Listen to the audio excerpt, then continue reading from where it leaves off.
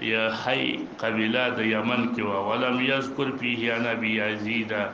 باب ما جاء فی غزوه البحر، د بحر غزا فضیلت چې راغلی دی چې څوک رواني په بحر کې غزوات کوي.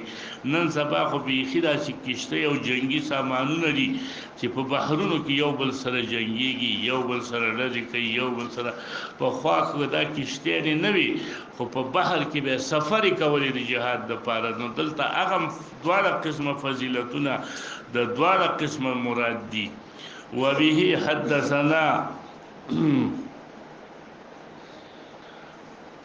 وبه حدثنا عن إسحاق بن عبد الله بن أبي طلحة عن أنس بن مالك أنه سمعه يقول كان رسول الله صلى الله عليه وسلم يدخل على أم حرام بنت ملحانة.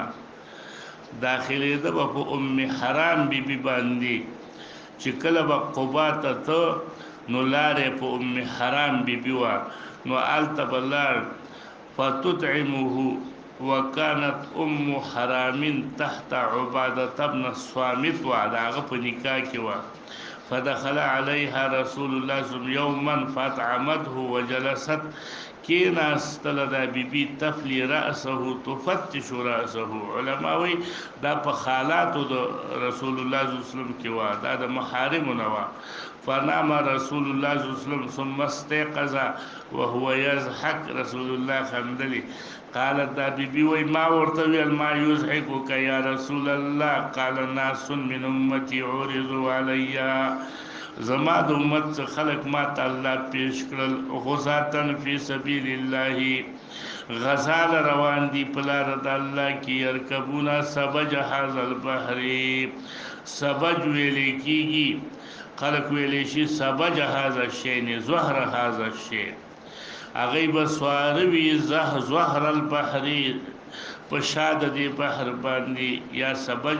بعض علما داسې ویلي دي چې سبج د هر یو شی وسط ته ویل کیږي. دی بسواری په مند دی بحر کې ملوکون، دی به بادشاہ نیمانا د دادا چې نعمتونه په دون ډیری وسره چې دوی په شان ته د بادشاہ وي.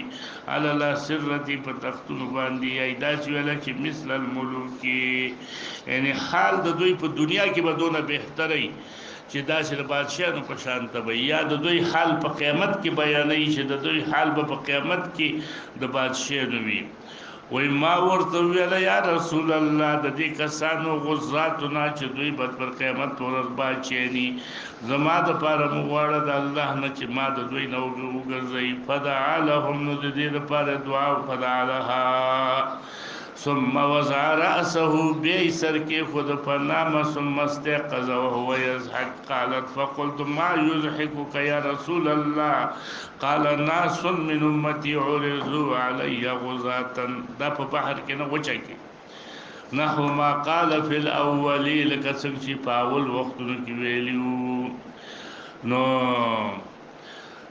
چې داسې به یو بادشاہ به وي. ما ورته یا رسول الله ادعو الله يجعلني منهم. قال انت من الاولين. تقاولنو جهاد کسانو کې چې هغه په بحر کې جهاد لذي تاغوي کې. قال انت من الاولين. فركبت ام حرام البحر. وی په ام حرام بی بی په اخر وخت کې د بحر په یو غزا کې په زمان معاویه، په اعظم د معاویه رضی الله عنه امارت خلافت د عثمان رضی الله عنه او معاویه امیر معاویه ابن ابي سفیان د جنگ چې دای په بحر کې سفر کوو. فسرعت، نو چې الته اورسید بیبی له راوستل شي یو اوخ یا اس، نو هغه باندې دا چې سواره شو نو هغه ټوپونه ووال دا وغورځېدله د خپل دابینه او ورمیږي مات شو. حين خرجت من البحر فهلكت، نو هلاکه شوله، یعنې وفات شوله. په دغه ځای کې مجاهد هم وفات شو.